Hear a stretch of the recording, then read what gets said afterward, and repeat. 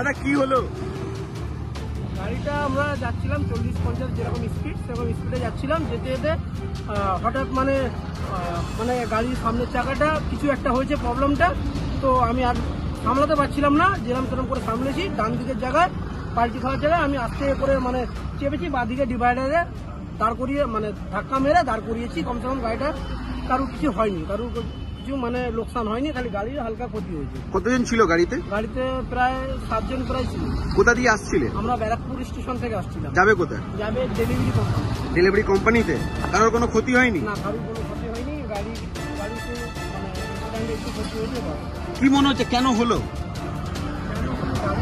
Road চলে তো, আচ্ছা, গাড়ি তো ইঞ্জিনের ব্যাপার, ক্ষতি হতেই পারে, রাস্তার লোহা লক্করের ব্যাপার। তোমার কিছু হয়নি তো? তুমি সুস্থ আছো? ঠিক আছে।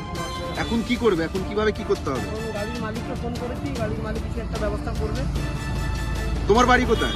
আমার বাড়িও ব্যারাকপুর। ওরা কোথায় গেল? সবাই ছিল যে ওরা চলে গেল। গেছে? কোম্পানির বাস আসলো, বাস চলে গেল। তোমার মালিক কি আসছে? মালিক এখন আসতে কতক্ষণ লাগবে কোনো সময় নেই, জানি না। 1 ঘন্টাও লাগতে পারে, 2 ঘন্টাও লাগতে পারে। কারোর কিছু হয়নি তো? না, কারোর কোনো ক্ষতি হয়নি। শুধু গাড়ির একটু